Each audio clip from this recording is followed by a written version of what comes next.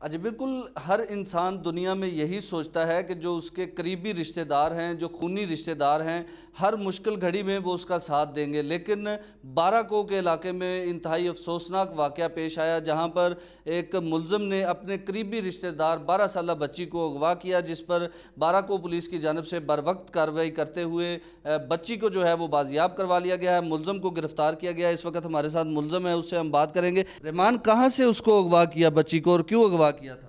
برکاؤ سے لے کے گئے تھے، میری زنانی ان کے گھر تھی۔ تو کہاں لے کے گئے تھے اس کو؟ اپنے گھر۔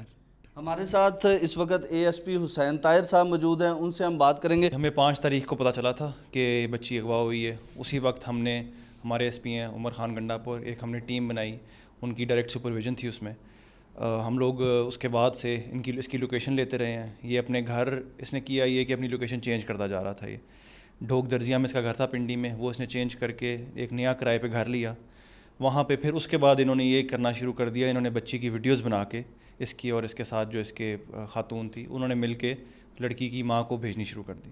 اس کا پلان یہ تھا کہ یہ بچی کو لے کے اب اس نے جانا تھا مالاکنڈ، کیونکہ اس کو تھا کہ پولیس نے گھیرا تنگ کر دیا تھا، تو اب اس نے سوچا تھا کہ اس کو میں وہاں لے کے جاؤں گا تو اسلام آباد پولیس کی وہاں تک نہیں ہو سکے گی، لیکن اللہ نے کرم کیا کہ اس سے پہلے ہی ہم نے یہ بھی گرفتار کر لیا اور الحمدللہ بچی سیف اینڈ ساؤنڈ اپنی فیملی کے پاس ہے۔ اس کو یہ لگتا تھا کہ میں بچی لے کے جاؤں گا تو میری جو بیوی ناراض ہو کے گئی ہوئی ہے وہ میرے خیال اس کے ساتھ رہنا نہیں چاہ رہی، تو وہ واپس آ جائے گی۔